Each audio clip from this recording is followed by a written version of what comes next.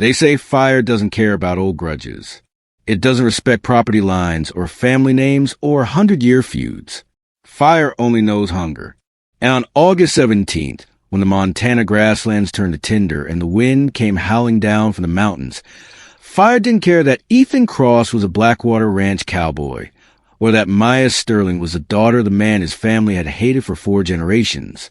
Fire only cared that they were both in its path. This is a story about a boundary that was drawn in blood and defended with pride, about a line rider whose job was to keep everyone on their side of the fence, and about the moment when saving a life meant crossing a line that could never be uncrossed. This is a story of how everything burned and what grew from the ashes. The fence ran for 12 miles through some of the most unforgiving land in Montana. Barbed wire stretched between weathered posts, separating Blackwater Ranch from Sterling Ridge. On a map, it was just a line. In reality, it was a scar that had never healed. Ethan Cross had ridden this fence line every day for 3 years. That was his job, line rider. Check the fence. Fix the brakes. Make sure Blackwater cattle stayed on Blackwater land and Sterling cattle stayed far away. Most ranches didn't employ line riders anymore. But most ranches weren't built on a feud that started in 1891. It was 5:30 a.m. when Ethan saddled his horse, Duke, a blue roan with a calm temperament and suspicious eyes. The sun hadn't fully risen yet, painting the sky in shades of gray and amber. The air already felt wrong. Too hot, too dry. The grass crackled under Duke's hooves like it was whispering warnings. Ethan wore the same thing he wore every day. Worn jeans, a flannel shirt with the sleeves rolled up, leather gloves, a hat that had belonged to his grandfather. On his hip, tools for fence repair. On his saddle, water, jerky, and a rifle, not for Sterling cattle, but for the coyotes and occasional mountain lion. He was 28 years old and looked older. The sun and wind had carved lines into his face that made him seem carved from the same stone as the mountain behind him. His hands were callous, his shoulders broad from work, his movements economical. The way you move when every motion counts and wasted energy is a luxury you can't afford.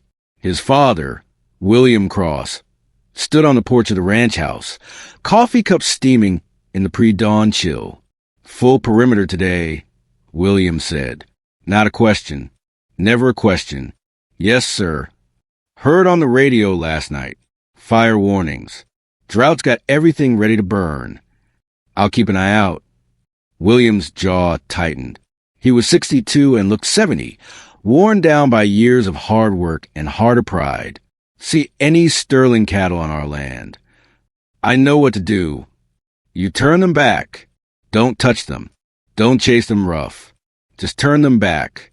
Can't give them any excuse to start something. Ethan nodded. This was the dance. This was always the dance. To understand the feud, you have to go back to 1891. Great-great-grandfather Thomas Cross and great-great-grandfather Jonathan Sterling were partners. They bought land together, built their ranches side by side, ran cattle as one operation, brothers in all but blood, until they weren't. The story changed depending on who told it. The Cross family said Jonathan Sterling stole half the cattle during a blizzard, claimed them as his own, and refused to make it right. The Sterling family said Thomas Cross gambled away his share of the cattle, blamed Jonathan, and tried to take what wasn't his by force. What no one disputed. In the winter of 1892, there was a confrontation. Guns were drawn. Thomas Cross shot Jonathan Sterling in the shoulder. Jonathan's brother shot Thomas in the leg. Both men survived. Neither ever spoke to the other again. They split the land down the middle, built a fence, and passed the hatred down through generations like a family heirloom. For generations later, William Cross and Robert Sterling, the current patriarchs, had never exchanged a civil word. Their cattle didn't mix. Their ranch hands didn't socialize. When they passed each other in town, they looked straight through each other like the other man was made of glass. And Ethan rode the line between them, keeping the peace by keeping everyone separate. By 10 a.m., the temperature had climbed to 95 degrees. Unusual for this early. The sky had turned a strange yellowish gray, and the wind had picked up, hot wind that felt like breathing from an oven. Ethan was 5 miles into his ride when he smelled it. Smoke. He stood up in his stirrups, scanning the horizon. There to the west, a gray column rising like a pillar, spreading at the top like a malevolent tree. His radio crackled. His father's voice, tight with controlled panic. Ethan, fire. West Ridge. Winds pushing it east toward the property line. Get back here. Now. Ethan looked at the smoke, calculating. The fire was on Sterling land, at least 4 miles away. Moving fast, but he had time. A sound stopped him cold. A horse. Screaming. He kicked Duke into a gallop toward the sound, following the fence line. There, maybe a quarter mile ahead, movement. A horse, riderless, running along the Sterling side of the fence, reins dragging, wild-eyed with terror. And then he saw her, on the ground, on the Sterling side, maybe 20 feet from the fence. Not moving. Ethan didn't think, didn't calculate, didn't remember 4 generations of hatred or his father's warnings or the fact that crossing onto Sterling land was asking for a bullet. He dismounted, climbed to the fence wires, barbed wire catching his shirt, tearing fabric, and ran. She was face down in the grass, one leg bent at a wrong angle, mid-20s, dark hair in a braid, wearing riding gear. Blood on her temple from where she'd hit something, a rock, maybe, or been kicked by the horse. Ethan dropped to his knees beside her, pressing 2 fingers to her neck. Pulse. Thank God. Pulse. Hey, can you hear me? She didn't respond. He checked her breathing, shallow but steady. The leg was definitely broken, maybe the ankle too. Moving her was dangerous. But the smoke was getting thicker, and the wind was pushing the fire closer. He could hear it now, a distant roar like a freight train made of rage. He had maybe 20 minutes, maybe less. He gathered her as carefully as he could, trying to stabilize her leg, and lifted her. She was lighter than he expected, but deadweight is always heavier than it looks. He carried her to the fence. That's when he realized the problem. Barbed wire, 3 strands, pulled tight. He couldn't climb through carrying her without tearing them both to pieces. He couldn't leave her to go get wire cutters. The fire was too close. He laid her down gently, pulled wire cutters from his belt, and cut the fence. In that moment, with 3 snips of metal, Ethan Cross committed an act that would have made his great-great-grandfather disown him. He cut the boundary, the sacred, hated, 100-year-old line that kept Crosses and Sterling's apart. He cut it and didn't hesitate. He pulled the wires apart, carried her through, loaded her onto Duke, and mounted behind her, holding her against his chest to keep her from falling. The smoke was everywhere now. The fire was visible through the trees, orange and furious, consuming everything. He rode hard for Blackwater land, for safety, for home. The woman's head lolled against his shoulder, unconscious. Her breath was warm against his neck. He didn't know who she was yet. Didn't know that the woman in his arms was Maya Sterling, Robert Sterling's only daughter, his pride, the heir to Sterling Ridge Ranch. He just knew she was alive, and he was going to keep her that way. By the time Ethan reached the Blackwater Ranch house, the fire had jumped the property line. Smoke turned day into twilight. Ash fell like poisonous snow. Ranch hands scrambled to wet down buildings, move cattle, protect what could be protected. William Cross stood in the yard directing operations. He saw Ethan riding in, saw the woman in his arms, and his face went stone. Get her inside, was all he said. They laid her on the couch in the living room. William's wife, Margaret, who'd been a nurse before she was a rancher's wife, immediately took charge. Clean water, bandages, careful examination, broken leg, possible concussion. She needs a hospital. Roads cut off, William said. Fire jump Highway 12. Nothing's getting through for hours, maybe a day. Then we stabilize her here. Ethan, I need... That's when the woman's eyes opened. Maya Sterling woke up in enemy territory. Her vision swam into focus slowly. Unfamiliar ceiling. Unfamiliar faces. A woman with kind eyes bandaging her leg. A man with a hard face standing by the window. And another man, younger, dusty, watching her with concern. The man who'd been in her blurred memories. Strong arms. A steady voice. The smell of leather and smoke. "Easy," Margaret said softly. "You're safe. You took a fall from your horse. Your leg's broken. We've said it, but you need proper medical attention as soon as the roads open." Maya's mind caught up slowly. Then all at once, "Where am I?" "Blackwater Ranch," Margaret said. Maya's eyes went wide. She tried to sit up, gasped with the pain in her leg. "I need to leave. I need to, my father." "Fire cut off the roads," Ethan said quietly. "You're stuck here until it's safe." "My father, does he know?" "He'll be looking for me. He'll think." "We radioed the county sheriff," William said from the window. "They'll relay to Sterling Ridge that you're here and safe. Once the fire passes, we'll get you home." Maya stared at William Cross. Recognized him from town, from years of careful avoidance. The enemy patriarch. The man her father spoke of with barely controlled rage. And she was in his house, injured, dependent on his family's mercy. "Thank you," she said, because what else could she say? "For helping me." William's jaw worked. Any man would have done the same. But Maya's eyes went to Ethan, and something passed between them. Recognition of something bigger than gratitude. Recognition of the line he'd crossed, the fence he'd cut, the choice he'd made. For the rest of that day and into the night, fire raged across both properties. Blackwater Ranch lost a barn and 3 miles of pasture fence. Sterling Ridge lost more, equipment shed, miles of grazing land, half their hay stores.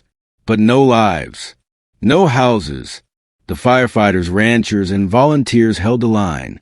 Inside the Blackwater Ranch house, Maya Sterling lay on the couch while the world burned outside. Margaret brought her water, soup, pain medication. William maintained a careful, formal distance. And Ethan kept finding reasons to check on her. "Need anything?" "I'm fine." "Water?" I said I'm fine. "Right. Just if you need anything. I'll let you know." But she watched him walk away.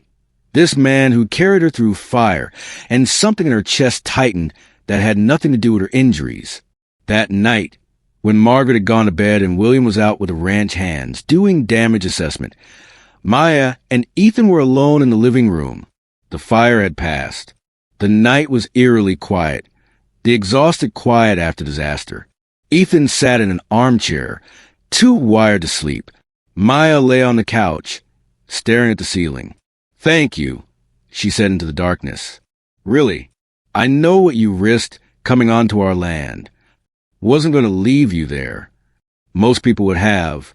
Most crosses definitely would have. I'm not most people." "No." She turned her head to look at him. "You're not." Silence. The clock on the mantel ticked. "What were you doing out there?" Ethan asked, "That far from your ranch house?" "Checking on our north pasture cattle. We'd moved them there because of the drought, better grass. When I smelled the smoke, I tried to get back, warn them. My horse spooked at the fire through me." She paused. "I'd be dead if you hadn't found me. You'd have woken up, would have figured something out." "Would I?" "I was unconscious, leg broken, fire coming. Be honest." Ethan met her eyes. "No, probably not." "So you saved my life. Anyone would have." "No, anyone wouldn't have. You crossed the line. You cut the fence. You brought me here. You chose my life over 100 years of whatever this is between our families." Ethan leaned forward, elbows on his knees. "I don't even really know what it is. What the feud's about? Not really. I know the stories, but they don't make sense anymore. We're fighting over something our great-great-grandfather started, and I'm not even sure they were right." Maya laughed softly, bitter. My father would disown me for saying this, but same, I've asked him about it. What exactly Jonathan Sterling did that was so unforgivable. He gets this look, like I betrayed him just by asking. Says some things are about honor, not explanation. Honor. Ethan tasted the word like it was sour. Honor's kept our families hating each other for longer than either of us has been alive. Kept us separate. Kept us. He stopped. What? Nothing. Say it. Ethan looked at her. Really looked. Saw the intelligence in her eyes. The strength in how she held herself despite the pain. Saw someone who questioned the same things he questioned. Kept us from ever finding out that maybe we're not so different after all. He finished quietly. And there it was. The thing neither of them could take back. The acknowledgement that something had shifted, that the fire had burned more than just grass and fence posts. Maya stayed at Blackwater Ranch for 3 days. The roads opened after the first day, but moving her was risky, and her father, informed through official channels that she was safe, grudgingly agreed she should stay until a proper ambulance could navigate the fire-damaged roads. Those 3 days changed everything. Ethan found himself making excuses to be near her, bringing her books from the ranch library, telling her about Duke, about the work of a line rider, about the land they both loved from different sides of the fence. Maya told him about Sterling Ridge, about her degree in ranch management, about her plans to modernize their operation, about how her father respected her mind, but couldn't quite accept that she wanted to be more than a rancher's daughter. She wanted to be a rancher. He's training my cousin Thomas to take over, she said, because Thomas has the right last name and the right equipment. That's infuriating? Archaic? Yeah. I was going to say his loss. You know more about ranching than half the men I work with. Maya smiled. You don't even know me. I know you were out checking cattle during fire warnings. I know you didn't panic when you woke up in enemy territory. I know you asked questions about things you're supposed to just accept. He paused. I know enough. On the 3rd day, Ethan took her outside in a wheelchair Margaret had borrowed from town, showed her the damage from the fire, the blackened fields, the skeleton of the burned barn, the place where the fence line used to be. You never fixed it, Maya said, looking at the cut fence. No. Why not? Ethan was quiet for a long moment. Because I cut it for a reason. Seemed wrong to just pretend that didn't happen. Your father must be furious. He is. Says I disrespected the boundary. Disrespected our family. That Sterlings will take advantage. Push their cattle onto our land. Claim the break means the line was never valid. Ethan's voice was flat. I told him some things are more important than boundaries. What did he say? Nothing. But the look he gave me said plenty. Maya reached out, touched his hand. I'm sorry. I'm sorry you're in trouble because of me. I'm not sorry. I'd do it again. That night, Robert Sterling himself arrived, pulled up in his truck, bringing half the county sheriff department and an ambulance. He was 60 years old, silver-haired, with a face like weathered granite and eyes that could cut glass. William Cross met him in the yard. The 2 men stood 10 feet apart, neither willing to close the distance. Come for your daughter, William said. That's right. She's ready to go. Legs been set, but she'll need hospital follow-up. Appreciate you taking her in. The words sounded like they cost him blood to say. Would have been inhuman not to. Robert's eyes narrowed. That your way of saying I'd have done different? Didn't say that. Seemed like you implied it. I'm not implying anything. I'm stating fact. Your daughter was hurt on your land. My son found her. He helped. That's all. Your son crossed a boundary. Cut my fence. To save your daughter's life. Still crossed it. The 2 men stared at each other, 100 years of grudges standing between them like a wall. Inside, Maya said her goodbyes. Hugged Margaret, who'd treated her like a daughter. Nodded respectfully to William, who nodded back. And then there was Ethan. They stood in the hallway, neither knowing what to say. Thank you, Maya finally managed. For everything.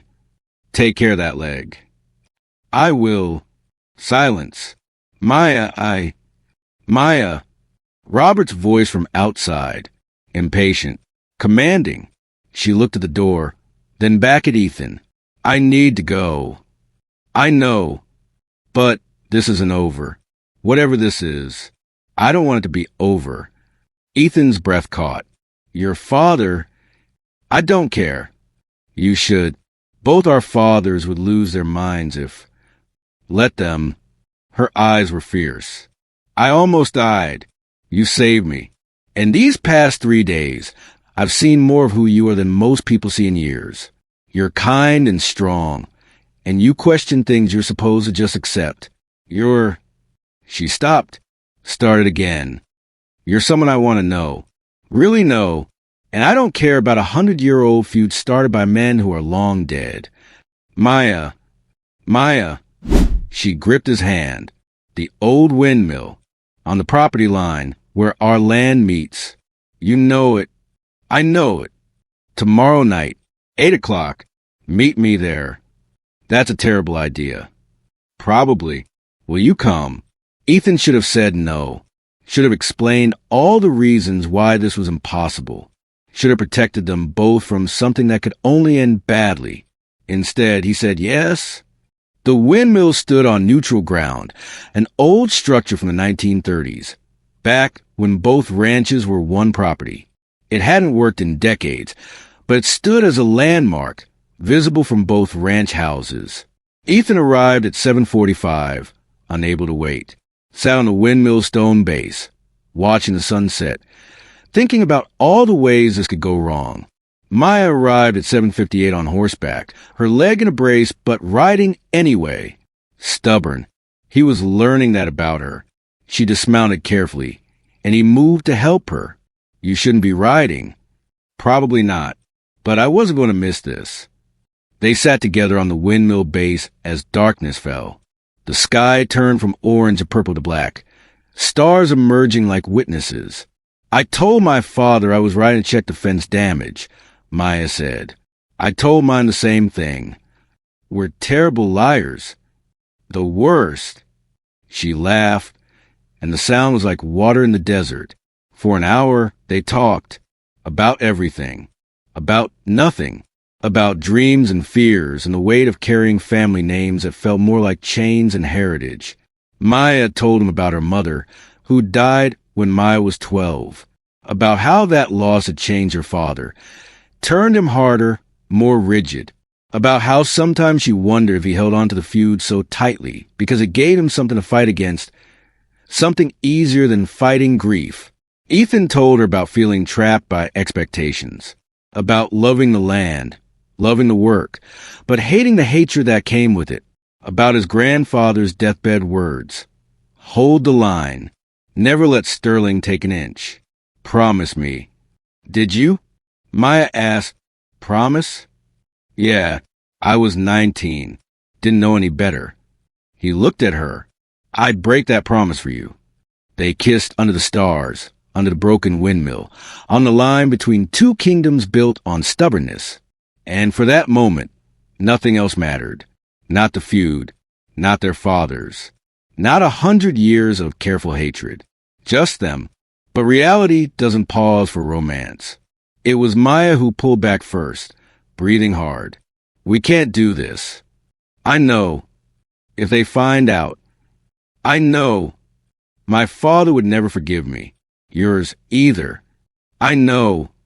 So what do we do? Ethan stood, paced, ran his hands through his hair. We have two choices. We stop this now. Go back to our separate lives. Pretend these past few days didn't happen. Or we fight for it. We tell them, together, stand our ground. Refuse to keep carrying their hatred. Maya stood too, testing her injured leg. They'll try to keep us apart. Probably. They'll threaten. Disown us, maybe. Maybe. We could lose everything. We could. She looked at him across 3 feet of space that felt like miles. Or we could gain everything.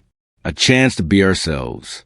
Together, to build something new instead of protecting something broken. Your father doesn't get to decide who I love. The word hung between them. Love. She'd said it. Not directly, but close enough. Ethan closed the distance, took her hands. My whole life, I've been told the Sterlings are the enemy. That crossing the line means betrayal. But Maya, you're not the enemy. You're the first person who's ever made me question if the line should exist at all. So what do? We tell them. Tomorrow, together, we face them, and we tell them this feud ends with us. That we're choosing something different. Maya nodded, fear and determination warring in her eyes. Okay, tomorrow. They held each other as the night deepened, both knowing that tomorrow would change everything. They planned to tell their fathers separately, then together, neutral ground, witnesses if necessary. Civilized conversation.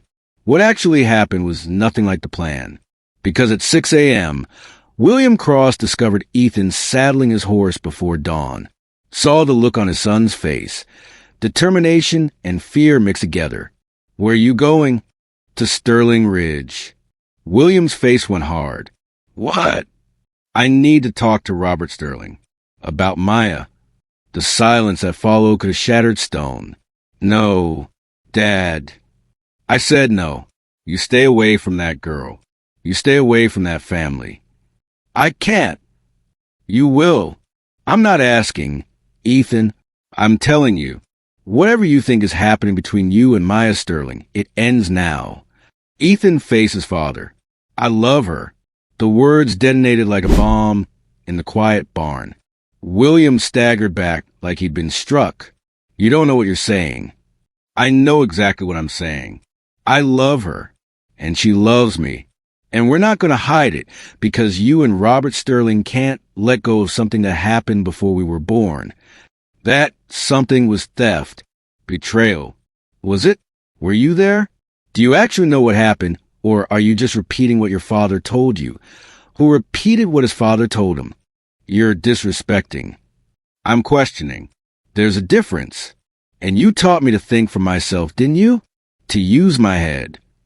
Not about this. Especially about this. William's hands balled into fists. You choose her, you choose them. You're choosing to betray this family. Everything we built, everything we protected. No, I'm choosing to stop protecting a grudge. I'm choosing to build something new.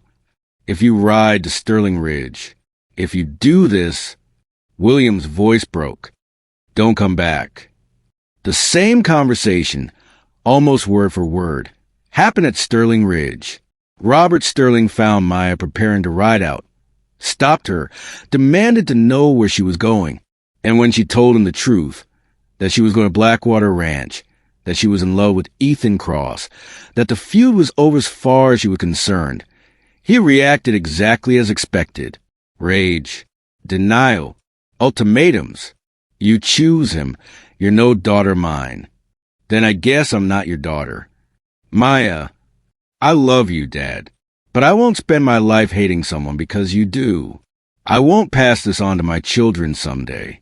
It ends with me. Now. You walk out that door. I know. She walked out anyway.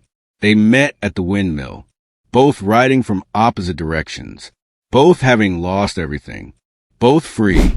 Ethan reached her first, helped her down from her horse. She was crying. So was he. My father, mine too, he said. I know, mine too. They held each other while their worlds burned down around them, not from wildfire this time, but from choice. And then movement from both directions. William Cross riding from the west, Robert Sterling from the east, both men converging on the windmill, on their children. Ethan and Maya stood together, hands linked, facing what was coming. The two patriarchs arrived simultaneously, dismounted, stood 10 feet from their children and 20 feet from each other. The silence was devastating. Finally, William spoke. You cut the fence. Ethan didn't flinch. Yes, sir. To save her life. Yes, sir. William looked at Maya. You could have died. I would have, Maya said quietly. Without him. Robert Sterling's jaw worked. He looked at his daughter, brave and defiant, and so much like her mother hurt. You're willing to lose everything? He asked her. Your home? Your inheritance? Your family name? I'm willing to lose things that don't matter to keep what does. And you? William demanded of Ethan. The ranch. The land we protected for generations. You're willing to walk away from all of it. If that's what it costs to stop hating people for no good reason? Yeah, I am. The two old men looked at each other. Really looked at each other for the first time in decades. And something happened that no one expected. William Cross laughed. Not a happy laugh. A bitter, exhausted, defeated laugh. Your mother would have loved this, he said to Ethan. She always said the feud was stupid. Said we were children playing at war. Robert Sterling's eyes widened. Elizabeth said that? All the time. Drove me crazy. William's voice softened. She died still believing it. Still trying to make me see sense. Catherine, my wife, she said the same thing. Robert admitted quietly. Said Jonathan and Thomas were both fools. Said their grandsons were bigger fools for keeping it going. The two men stood in the growing light, grief and recognition passing between them. They'd both be ashamed of us, William said. Yeah, Robert agreed. They would. Silence. Then Robert Sterling did something revolutionary. He took 3 steps forward, extended his hand. My daughter could have died. Your son saved her. That's worth more than 100-year grudge over cattle that are dust now. William stared at the offered hand. 100 years of hatred balanced against 3 days of mercy. He took it. They didn't become best friends. Didn't erase a century of bad blood with one handshake.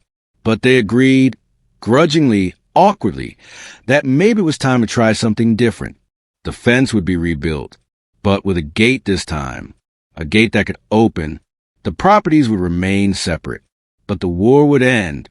And Ethan and Maya, they'd be allowed to love each other without choosing between that love and their families. It wasn't perfect. It wasn't easy, but it was a beginning. 2 years later, on a spring day when the grass had grown back green over the burned land, Ethan Cross and Maya Sterling got married. At the windmill, on the line between 2 kingdoms that were learning, slowly and perfectly, to be one. William Cross stood as best man. Robert Sterling walked his daughter down the aisle. The 2 old men still didn't particularly like each other, but they discovered something more important than liking: respect. The fence still stood, but the gate between properties stayed open now. Cattle mingled. Ranch hands who'd been kept apart for generations worked together during roundups. And 2 families who'd spent 100 years defining themselves by their hatred were learning to define themselves by something else.